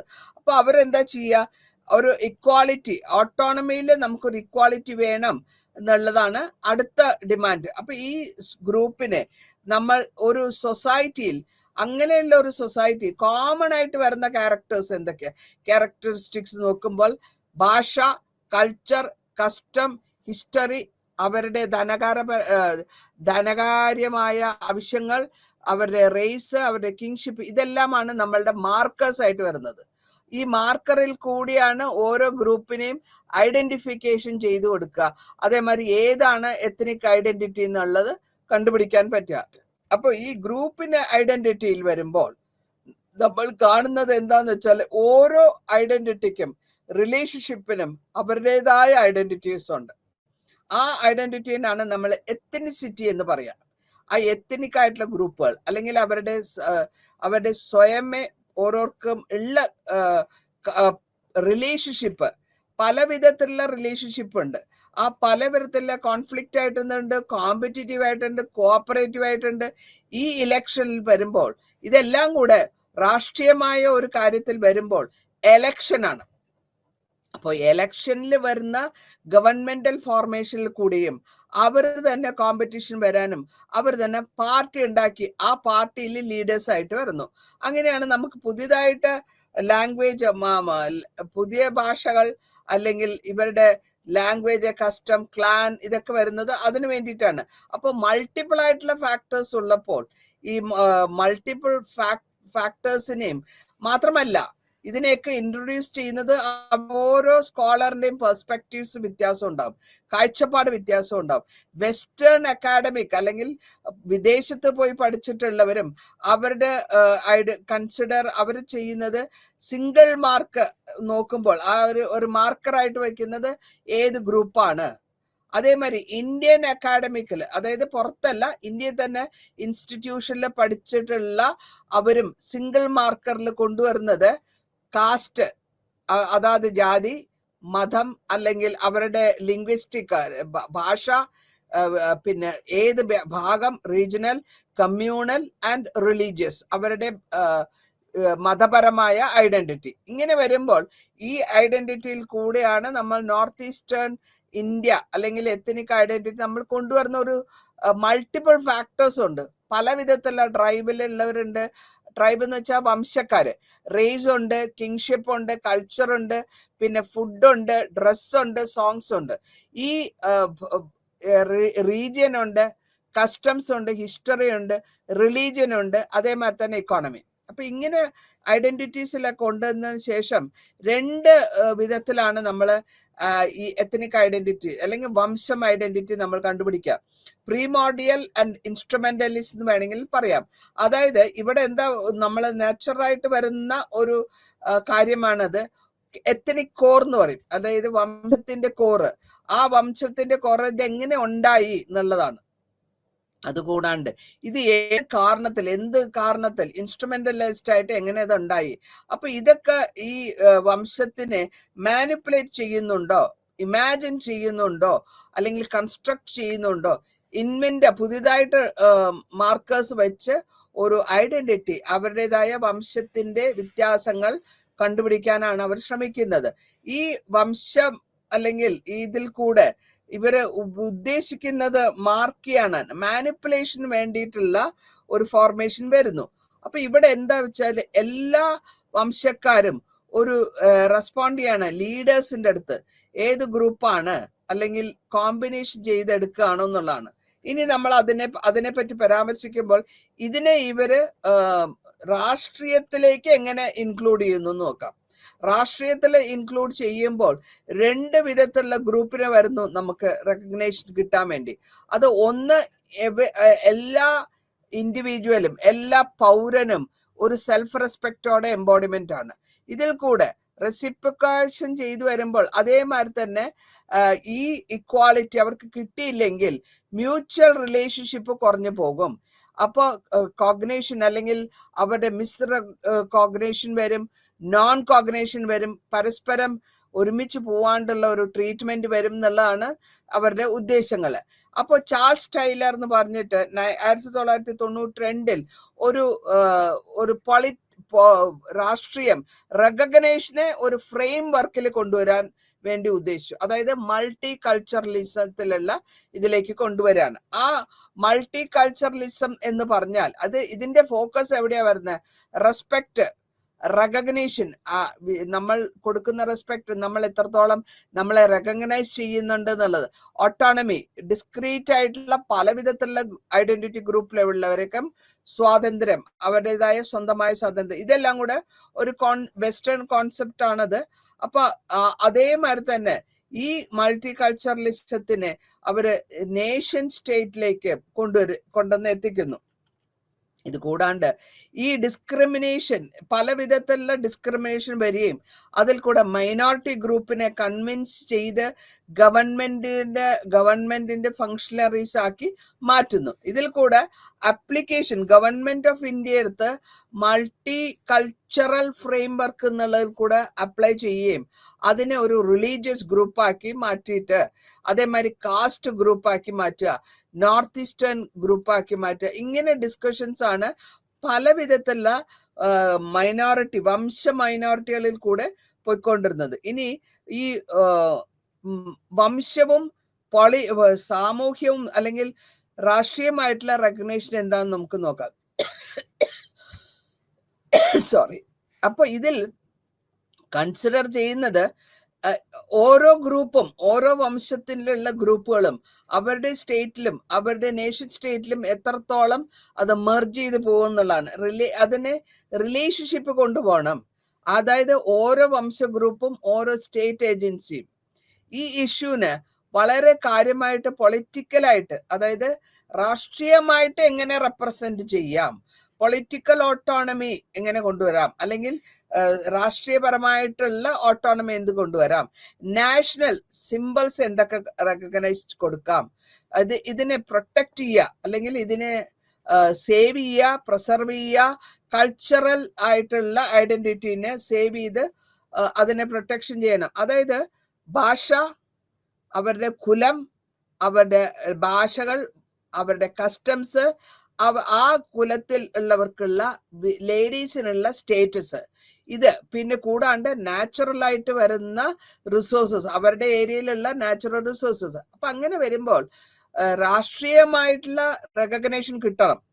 ഈ വംശ ഗ്രൂപ്പിന്റെ അല്ലെങ്കിൽ റൈവൽ ഗ്രൂപ്പിന്റെ അവരെ മര്യാദയ്ക്ക് ട്രീറ്റ് ചെയ്തിട്ടില്ലെങ്കിൽ, നേരത്തെ ട്രീറ്റ് ചെയ്തിട്ടില്ലെങ്കിൽ ഇപ്പോൾ ട്രീറ്റ് ചെയ്യണം എന്നുള്ളതാണ് അവരുടെ ഡിമാൻഡ്. ഇതിന്റെ കൂടെ നമ്മൾക്ക് കാണാൻ പറ്റും ഈ വംശ ഗ്രൂപ്പുകൾ റെക്കഗ്നൈസ് ചെയ്യുന്ന ചില റൈറ്റ്സ് ഉണ്ട്. കൾച്ചറും സിംബൽസും, എത്നിക് ആയിട്ടുള്ള അല്ലെങ്കിൽ വംശവിധമായിട്ടുള്ള ഐഡന്റിറ്റി, അതേമാതിരി തന്നെ അവരുടെ ആ വംശത്തിൽ ജനിച്ചവരെ പ്രൊട്ടക്ട് ചെയ്യുക, അല്ലെങ്കിൽ അവരെ സംരക്ഷിക്കുക, അവരെ പ്രിസർവ് ചെയ്യുക, കൾച്ചറൽ ആക്ടിവിറ്റീസ്, എക്കണോമിക് ആക്ടിവിറ്റീസ്. നമ്മളിപ്പോ പറയാറുണ്ടല്ലോ ഈ തീയന്മാരുടെ ഒരു ഗ്രൂപ്പ് എന്നുള്ള ലെവലില്, നായർ സമാജം അങ്ങനെ വരുമ്പോഴത്തേക്കും അവിടെ അവരുടെ എത്നിക് ആയിട്ടുള്ള ഗ്രൂപ്പ്സിന്റെ പ്രൊട്ടക്ഷനാണ് ആ സമാജങ്ങൾ ചെയ്യുന്നത്. ഇത് എക്സാമ്പിൾ പറഞ്ഞു എന്ന് മാത്രമേ ഉള്ളൂ. അതിൽ കൂടെ ഈ കമ്മ്യൂണിറ്റീസ് മുന്നിലേക്ക് വരണം, അല്ലെങ്കിൽ അവരുടെ ബാക്കിയുള്ള കമ്മ്യൂണിറ്റീസിന് കിട്ടാത്തത് ഇവർക്ക് കിട്ടുക, ഈക്വലായിട്ട് പോവുക എന്നുള്ളതായിരുന്നു റെക്കഗ്നേഷൻ കിട്ടാനുള്ള ഒരു ഉദ്ദേശം. ഈ ഇൻവെന്റ് ചെയ്ത പുതിയ കമ്മ്യൂണിറ്റിയില് കൾച്ചറൽ ആയിട്ടുള്ള സിംബൽസിലോ ഇൻഫീരിയർ, തന്നെക്കാട്ടി മോശമായിട്ടുള്ള ഒരു കമ്മ്യൂണിറ്റിയിൽ ജനിച്ചു വളർന്നവർക്ക് കളക്റ്റീവ് ആയിട്ടുള്ള രാഷ്ട്രീയ മൊബിലൈസേഷൻ വരും. മൊബിലൈസേഷൻ ഒരുമിച്ച് കൂടുക. അപ്പൊ ഇവരുടെ രാഷ്ട്രീയതരമായിട്ടുള്ള അല്ലെങ്കിൽ ഇവരുടെ വിഷമങ്ങൾ ആരാണ് നോക്കാൻ പോകുന്നത്, അല്ലെങ്കിൽ ആരാണ് റിയാലിറ്റിയിൽ ഇതിനെ പറ്റി പരാമർശിക്കുന്നത്, അങ്ങനെ അവര് ഒരു മിഡിൽ ക്ലാസ് ഗ്രൂപ്പ്, അല്ലെങ്കിൽ വലിയ പണക്കാരല്ല, വലിയ പാവപ്പെട്ട, അതായത് വർക്കിംഗ് ക്ലാസ്സിനെയാണ് നമ്മൾ മിഡിൽ ക്ലാസ് എന്ന് പറയാം. അത് ആ ഗ്രൂപ്പിനെ പൊളിറ്റിക്കലായിട്ട് ഒരു ഗ്രൂപ്പ് വരുമ്പോൾ സാമാന്യമായിട്ട് സാധാരണ മിഡിൽ ക്ലാസ്സുകാരുണ്ടാവും, അതിൽ രാഷ്ട്രീയക്കാരുണ്ടാവും, സ്റ്റുഡൻ്റ് ആയിട്ടുള്ള യുവ ലീഡേഴ്സ് ഉണ്ടാവും, സിവിൽ സൊസൈറ്റി ഉണ്ടാവും. അപ്പൊ അങ്ങനെയുള്ള ഈ പൊളിറ്റിക്കൽ ഇൻസർജൻസിയിൽ കൂടെയാണ് അവരുടെ വിഷമങ്ങൾ അല്ലെങ്കിൽ അവരുടെ ഡിമാൻഡുകൾ അവർക്ക് വേണ്ടിയിട്ട് അവർ സംസാരിക്കാൻ വേണ്ടിയിട്ടാണ് ശ്രമിക്കുന്നത് എന്നാണ് പറയുന്നത്. അപ്പൊ ഈ ഫാക്ടേഴ്സ് ഒക്കെ റിയലൈസേഷൻ മാത്രം ചെയ്താൽ പോരാ, അതിനെ ഡിപ്പെൻഡ് ചെയ്തിട്ടുള്ള രാഷ്ട്രീയമായിട്ടുള്ള അവരെ അംഗീകരിക്കണം. റെക്കഗ്നേഷൻ എന്ന് പറയുമ്പോൾ അംഗീകരിക്കുക എന്നാണ് അർത്ഥം. അപ്പൊ അങ്ങനെ വരുമ്പോൾ ആ രാഷ്ട്രീയ പൊളിറ്റിക്കൽ അല്ലെങ്കിൽ എന്താ പറയാ രാഷ്ട്രീയ പാർട്ടീനെ എല്ലാവരും ഒരുമിച്ച് അവരുടെ കുലത്തിൽ അല്ലെങ്കിൽ അവരുടെ ഗ്രൂപ്പിൽ അല്ലെങ്കിൽ അവരുടെ വംശത്തിൽ ജനിച്ചവർ ഒരുമിച്ച് നിൽക്കണം. ഇതിനെയാണ് നമ്മൾ രാഷ്ട്രീയമായിട്ടുള്ള റെക്കഗ്നേഷൻ എന്ന് പറയാം. അപ്പോൾ ഈ സിറ്റുവേഷനില് പൊളിറ്റിക്സും അതേമാതിരി തന്നെ കുലവും കൂടെ ഒരുമിച്ച് പോകുന്നു. സ്റ്റേറ്റ് റെസ്പോണ്ട് ചെയ്യുന്നത് അല്ലെങ്കിൽ പ്രോവിൻസ് ആ സംസ്ഥാനം റെസ്പോണ്ട് ചെയ്ത് എക്സിക്യൂട്ടീവ് ആക്ഷൻസ് എടുക്കുകയും അതിൽ കൂടിയാണ് ഇവരെ പബ്ലിക് ഇൻസ്റ്റിറ്റ്യൂഷൻസിലേക്കും ഇത് കൊണ്ടുവരുന്നു. ഇതിന്റെ കൂടെ നമ്മൾ കാണാൻ പറ്റുന്നത് നോർത്ത് ഈസ്റ്റ് ഏഷ്യയില് നമുക്ക് കുറച്ചുകൂടെ ഡീറ്റെയിൽ ആയിട്ട് പോവുകയാണെങ്കിൽ 2 ബ്രോഡായിട്ടുള്ള ഡയമെൻഷൻസ് ആണ് അതിൻ്റെ ഈ പൊളിറ്റിക്കലി അല്ലെങ്കിൽ രാഷ്ട്രീയപരമായ സംസ്ഥാനത്ത് അതായത് റെക്കഗ്നേഷൻ കിട്ടുന്നത് നോർത്ത് ഈസ്റ്റ് ഇന്ത്യയില് സൊസൈറ്റിയിൽ ബേസ്ഡ് ആയിട്ട്, കൾച്ചർ ബേസ്ഡ് ആയിട്ട്, പൊളിറ്റിക്കൽ അതായത് രാഷ്ട്രീയമായിട്ട്. ഈ കൾച്ചറും പൊളിറ്റിക്കൽ ഇൻസ്റ്റിറ്റ്യൂഷൻ തമ്മിൽ സൊസൈറ്റിയിലെ കൾച്ചറൽ ഐഡന്റിറ്റീസ് ഉണ്ടാവും. നമ്മൾ നേരത്തെ പറഞ്ഞു. ഈ ഐഡന്റിറ്റി, പൊളിറ്റിക്കൽ ഓട്ടോണമി അതായത് രാഷ്ട്രീയമായ സ്വതന്ത്രത, സോവർണിറ്റി, റെപ്രസെന്റേഷൻ, പുതിയ സ്റ്റേറ്റ് ആയാലും ശരി പഴയ യൂണിയൻ ടെറിട്ടറി ആയാലും ശരി എക്സിസ്റ്റ് ചെയ്യുന്നവരായാലും ശരി ഇതൊക്കെ കൊണ്ടുവരണമല്ലോ. അപ്പൊ ഇങ്ങനെ ഇതിനെ ബ്രോഡായിട്ട് കൊണ്ടുവന്ന് നോർത്ത് ഈസ്റ്റ് ഇന്ത്യയിലെ 3 ഭാഗമായിട്ട് തിരിച്ചു. ആദ്യത്തേത് റെഫറൻസ് കൊടുത്ത് റിലേഷൻഷിപ്പിന്, അതായത് ആദ്യമായിട്ടുള്ള അവരുടെ പ്രിൻസിപ്പൽ ആയിട്ടുള്ള ഗ്രൂപ്പിന്, ആ ഗ്രൂപ്പിനും ബംഗാളീസിനും ആസാമിന്റെ ഇടയില്, പിന്നെ ആസാമും ട്രൈബലും തമ്മില്, പിന്നെ നോൺ ട്രൈബലും മേഘാലയയില്, ഇങ്ങനെ രണ്ടാമതായിട്ട് നോക്കുമ്പോൾ കമ്മ്യൂണിറ്റീസ്, പല വിധത്തിലുള്ള കമ്മ്യൂണിറ്റീസ്, ഇൻഡിജീനിയസ് ആയിട്ടുള്ള അവിടെ തന്നെ ജനിച്ച് വളർന്നവര്, അങ്ങനെ ഒരു കമ്മ്യൂണിറ്റീസ് ഉണ്ട്. ഈ കോൺഫ്ലിക്റ്റ് നമ്മൾ നേരത്തെ പഠിച്ചിട്ടുണ്ടായിരുന്ന ഒരു കോൺഫ്ലിക്റ്റിനെ പറ്റി നമ്മൾ പരാമർശിച്ചിരുന്നു. ആ പരാമർശത്തിൽ കൂടെ നമ്മൾ മനസ്സിലാക്കാൻ പറ്റുന്നത് ഇതൊക്കെ ഈ യൂണിറ്റ് ഒക്കെ ലാർജ്ലി എന്നാ നമുക്ക് നോക്കുകയാണെങ്കിൽ നോർത്ത് ഈസ്റ്റേല് ഒരു കോൺടെസ്റ്റ്, അവരുടെ ഡയമെൻഷൻസ് എന്ന് പറയുമ്പോൾ രാഷ്ട്രീയമായി അവരെ റെക്കഗ്നൈസ് ചെയ്യണം, നോർത്ത് ഈസ്റ്റ് ഇന്ത്യ റെക്കഗ്നൈസ് ചെയ്യണം എന്നുള്ളതാണ് പറയുന്നത്. ഇനി നമ്മൾ പരാമർശിക്കാൻ പോകുന്നത് സ്പെസിഫിക് ആയിട്ടുള്ള പൊളിറ്റിക്കൽ പരാമർശത്തിന് പിന്നെ ആ സ്പെസിഫിക് ആയിട്ട് പൊളിറ്റിക്കലായിട്ട് വരുമ്പോൾ അവർ പല പാർട്ടികൾ ഉണ്ടാക്കുന്നു. ഈ പാർട്ടികളിൽ കൂടി പൊളിറ്റീഷ്യൻസ് അവരുടേതായ മിനിസ്റ്റീരിയൽ ഫോർമേഷൻ, ഗവൺമെന്റ് ഫോം ചെയ്യാനും അതേമാതിരി തന്നെ മിഡിൽ ക്ലാസ്സിനെ, പല വിധത്തിലുള്ള മിഡിൽ ക്ലാസ്സിനെ ഒരുമിച്ച് കൊണ്ടുവരിക. അതായത് ഈ ഒരുമിച്ച് കൊണ്ടുവരിക എന്ന് പറയുമ്പോൾ ഇവിടെ കമ്മ്യൂണിറ്റീസ് എന്ന് പറയുന്നത് നോർത്ത് ഈസ്റ്റേലെ കൊളോണിയൽ ഏരിയ ആയിരുന്ന സ്ഥലമാണ്. അവിടെ കമ്മ്യൂണിറ്റീസ് എന്ന് പറയുന്നത് ട്രൈബലും നോൺ ട്രൈബലും ആണ്. ട്രൈബൽ എന്ന് വെച്ചാൽ ആദിവാസികൾ, നോൺ ട്രൈബൽ എന്ന് വെച്ചാൽ ആദിവാസികൾ അല്ലാത്തവർ. അവരെ വേണമെങ്കിൽ നമുക്ക് ആസാമീസ് എന്ന് പറയാം, ബംഗാളീസ് എന്ന് പറയാം. ഇവരുടെ കമ്മ്യൂണിറ്റികളിൽ സ്പെക്ടാക്കുലർ ആയിട്ട് നമുക്ക് നോക്കുമ്പോൾ ഇവരുടെ വ്യത്യാസം കാണാൻ പറ്റും. ഈ ട്രൈബൽസിൽ അല്ലെങ്കിൽ ആദിവാസികൾ ആദ്യത്തെ സെഞ്ചുറിയിൽ, 20th സെഞ്ചുറിയിൽ നമ്മൾ കാണുന്നത് ഒരു tribal form of government, tribal form of communities ആണ് നമ്മൾ കാണുന്നത്. അതായത് ഇന്ത്യയുടെ ഇൻഡിപെൻഡൻസ് ടൈമില്, പ്രീ ഇൻഡിപെൻഡൻസ് ടൈമിലും ഗുവാഹട്ടി, ഷില്ലോങ് ഏരിയയിലൊക്കെ മിഡിൽ ക്ലാസ് ഒക്കെ ഇൻഡിജിനിയസ്, അവിടെ ജനിച്ചു വളർന്നവരായിട്ടുള്ള കമ്മ്യൂണിറ്റികളാണ്. ഇത് കൂടാണ്ട് ഇത് കഴിഞ്ഞ ശേഷം പോസ്റ്റ് ഡെവലപ്മെന്റ് വരികയും അവര് പുറത്തുപോയി പഠിക്കുക, അങ്ങനെയൊക്കെ വരുമ്പോഴത്തേക്കും അവിടെ ചില വ്യത്യാസങ്ങൾ നമുക്ക് കാണാൻ പറ്റും. ആ വ്യത്യാസത്തിന്റെ ബേസിസിലായിരിക്കും അവരുടെ എഫേർട്ട് എടുക്കുന്നത് പാർട്ടിന്റെ, അതായത് എങ്ങനെ ഓട്ടോണമി, സ്വാതന്ത്ര്യമായിട്ട് ഭരിക്കാനുള്ളത് എങ്ങനെ കിട്ടാം, ഇക്വാളിറ്റി റിലേഷൻഷിപ്പിൽ എങ്ങനെ കൊണ്ടുവരാം, സെൽഫ് റെസ്പെക്ട് എങ്ങനെ കൊണ്ടുവരാം, അതേമാതിരി രാഷ്ട്രീയമായ സംവരണം എങ്ങനെ കൊണ്ടുവരാമെന്നാണ് ഈ റീജിയനിൽ കാണുന്നത്. ഇനി അടുത്ത് ഞാൻ പറയാൻ പോകുന്നത് കൾച്ചറൽ ആയിട്ടുള്ള ഡയമെൻഷൻസിനെ പറ്റിയാണ്. കൾച്ചറൽ ഡയമെൻഷനിൽ പറയുമ്പോൾ ഓരോ ലാംഗ്വേജ് അല്ലെങ്കിൽ ഭാഷ, അവരുടെ ഐഡന്റിറ്റി, ആ പ്രത്യേകമായ ഗ്രൂപ്പിന്റെ, ട്രൈബിന്റെ, ആദിവാസികളുടെ ഐഡന്റിറ്റി, അവരുടെ ഐഡന്റിറ്റീനെ നമ്മൾ പ്രിസർവ് ചെയ്യണം, അതേമാതിരി സംരക്ഷിക്കുകയും ചെയ്യണം, പ്രൊട്ടക്റ്റിങ് ചെയ്യണം. അതായത് നശിച്ചു പോവാണ്ടിരിക്കാനായിട്ട്. അതേമാതിരി തന്നെയാണ് ഭാഷയും. അവരുടെ ഭാഷയും പട്ടോയിസ് എന്ന് പറയും. ഒരു സമൂഹത്തിന്റെ നോർത്ത് ഈസ്റ്റ് ഏഷ്യയിലുണ്ട്. ഇതിന്റെ ട്രേസിൽ കൊളോണിയൽ പീരീഡ് എന്നാണ്. അപ്പൊ ഈ കൊളോണിയൽ പീരീഡിൽ ഉണ്ടായിരുന്ന സാജൽനാഗ് എന്ന് പറയുന്നത് 2 ഗ്രൂപ്പിന്റെയാണ്, എത്നിക് ഗ്രൂപ്പ്സ്. ആസാമീസും ബംഗാളീസിനെയും പറ്റിയുമാണ് ഈ ലാംഗ്വേജിൽ പറ്റി പറഞ്ഞു പോകുന്നത്. ഈ ലാംഗ്വേജിൽ അവരുടെ ഭാഷ എന്ന് പറയുമ്പോൾ ഒന്നില്ലെങ്കിൽ ബംഗാളി അല്ലെങ്കിൽ ആസാമീസ്. ഇതാണ് അവർ പറയുന്നതിന്റെ അർത്ഥമായിട്ട് അവർ കൊണ്ടുവന്നത്. ആസാമീസ് സംസാരിക്കുന്നവരും അല്ലെങ്കിൽ പുതിയതായിട്ട് ആസാമീസ് കൊണ്ടുവന്നവരും എന്നുള്ള ലെവലിലാണ് വരുന്നത്. ഇവിടെ നമുക്ക് കാണാൻ പറ്റുന്നത് ഒരു ലിങ്ക് ഉണ്ട്. ആ ലിങ്ക് എന്താന്ന് വെച്ചാല് ഓരോ ആസാമീസും അല്ലെങ്കിൽ ആസാമീസ് അവരുടെ റെക്കഗ്നൈസ്ഡ് അല്ല, ബോഡോസ് വേണം. അപ്പൊ നമ്മൾ ബോഡോസ് ആണ്, നമ്മൾ ആസാമീസ് അല്ല എന്ന് അവർ പറയുന്നു.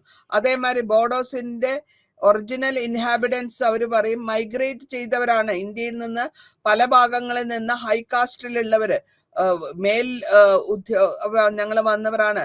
അതുകൊണ്ടാണ് ഞങ്ങളുടെ ഡിഫറെന്റ് നെയിംസ് ഉണ്ട്, കോമൺ ലാംഗ്വേജ് അല്ല, ബോഡോ എന്നല്ല. അങ്ങനെ ആർഗ്യുമെന്റ് തുടങ്ങാൻ തുടങ്ങി. അതായത് അവരാണ് ആസാമിന്റെ മാസ്റ്റേഴ്സ്, അവരാണ് ഒറിജിനൽ ആയിട്ട് ജനിച്ച് വളർന്നവർ, അവരുടെ ലിംഗ ലാംഗ്വേജ് ആണ് അല്ലെങ്കിൽ ബോഡോ സജസ്റ്റ് ചെയ്യുന്നത്. ഇങ്ങനെ വരുന്നപ്പോ പ്രശ്നങ്ങളായിട്ട് വന്നപ്പോ ഈ ഒരു ചെറിയൊരു വ്യത്യാസം പറഞ്ഞു തരാം.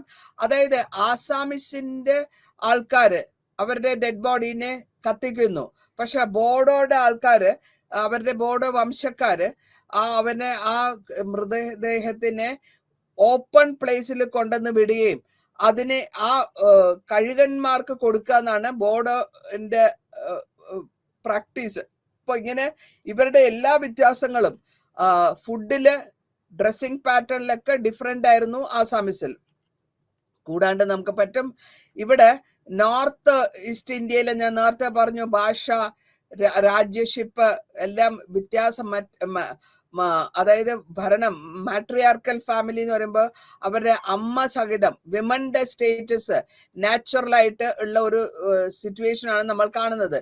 ഈ സൊസൈറ്റിനെ ഇറോഡേഷൻ ചെയ്യാണ്ട് വരുമ്പോൾ അവർ ഇൻഡോജേനിയസ് ആയിട്ടുള്ള പല വിധത്തിലുള്ള അഭിപ്രായ വ്യത്യാസങ്ങൾ കൊണ്ടുവരികയും അങ്ങനെ അതിനെ കൊളോണിയൽ സ്റ്റേറ്റ് ആയിട്ട് കൊണ്ടുവരികയാണ് ചെയ്യുന്നത്. പിന്നെ നമ്മൾ പറയാൻ പോകുന്നത് എന്താ വെച്ചാൽ കൊളോണിയൽ ആൻഡ് പോസ്റ്റ് കൊളോണിയൽ ടൈമിലും പല വിധത്തിലുള്ള കാറ്റഗറീസ് ഉണ്ട്, പല വിധത്തിലുള്ള ഇൻഡിവിജ്വൽ ട്രൈബ്സ് ഉണ്ട്. ഈ ഇൻഡിവിജ്വൽ ട്രൈബ്സിൽ നമുക്ക് പറയാൻ പറ്റുന്നത് നാഗാസും മിസോറോസ് ആണ്. ഒറിജിനൽ നെയിംസ് അല്ല അവിടെയെങ്കിൽ കൂടിയും അവർ പ്രിഫർ ചെയ്യുന്നത് ഇൻഡിവിജ്വൽ ട്രൈബ് നെയിമാണ്. മിസോ ആണ് മിസോറത്തിൽ പറയുന്ന ട്രൈബിന്റെ വരിക. ഇതേമാതിരി ഹമറാസ്, പാറ്റീസ്, ഇതൊക്കെ മറാത്ത്സ് എന്ന് പറയും, ഫോർമർലി ലക്കാസ് എന്നുള്ളവര്.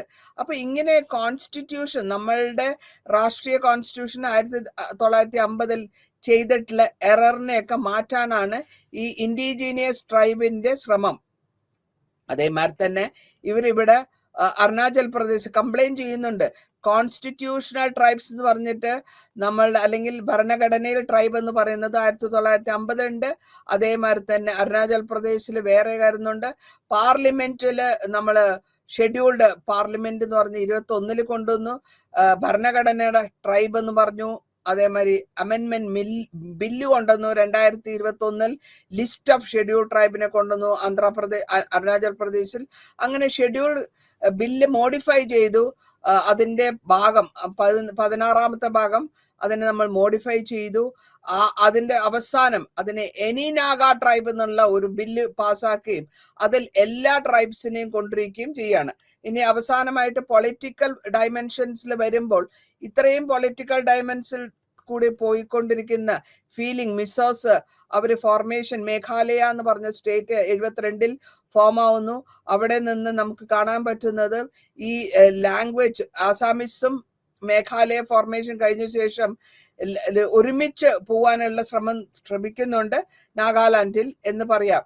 ഇതിനുശേഷം നമ്മൾ ഒരു ഡയമെൻസീവ് ആയിട്ട് കംപ്ലൈന്റ്, അവരുടെ നോൺ ഇൻഡിജീസ് ആയിട്ടുള്ളവര് അല്ലെങ്കിൽ അവരുടെ കംപ്ലൈന്റ് അവർ ഈക്വലി ട്രീറ്റ് ചെയ്തിട്ടില്ല, അല്ലെങ്കിൽ അവരെ ആദിവാസികൾ എന്നുള്ള ലെവലില് സ്റ്റേറ്റ് ലെവലിൽ ട്രീറ്റ് ചെയ്തിട്ടില്ല, അതിനെ ഫെഡറൽ സ്ട്രക്ചറിലേക്ക് കൊണ്ടുവന്നിട്ടില്ല, മിസ്സായിട്ടുള്ള റെക്കഗ്നേഷൻ, ശരിയായിട്ടുള്ള അവർക്ക് സംവരണം കിട്ടുന്നില്ല എന്നുള്ളതാണ്. ഇതിനെ ബേസ് ചെയ്തുകൊണ്ടാണ് ഈ പരാമർശങ്ങളും ഈ കോൺഫ്ലിക്റ്റുകളും ഈ കലാപങ്ങളും എല്ലാം ഉണ്ടാവുന്നത് എന്നാണ് നമുക്ക് ഇതിൽ നിന്ന് മനസ്സിലാക്കാൻ പറ്റുന്നത്. അപ്പൊ ഇതോടുകൂടി ഈ ചാപ്റ്റർ ഇവിടെ തീരുകയാണ്. നിങ്ങൾ ആ റെക്കഗ്നേഷനെ പറ്റി മനസ്സിലാക്കിയിട്ട് വേണം പരീക്ഷയ്ക്ക് എഴുതാനായിട്ട്. അത് പൊളിറ്റിക്കൽ റാമിഫിക്കേഷൻ വേണമെങ്കിൽ പറയാം. അതിനെ ശ്രദ്ധിച്ച് വായിക്കുക, അതിനുശേഷം വേണ്ട വിധത്തിൽ മനസ്സിലാക്കിയിട്ട് എഴുതുക. നന്ദി, നമസ്കാരം.